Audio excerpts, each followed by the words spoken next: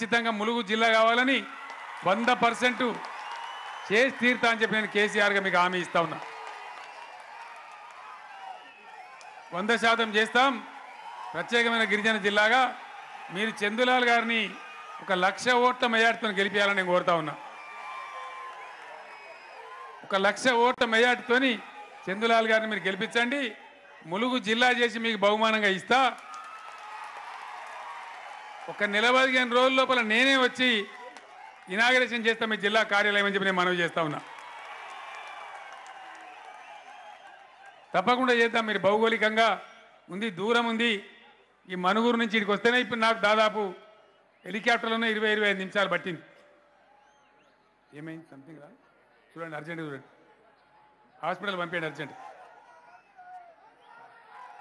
share గారు చూడండి,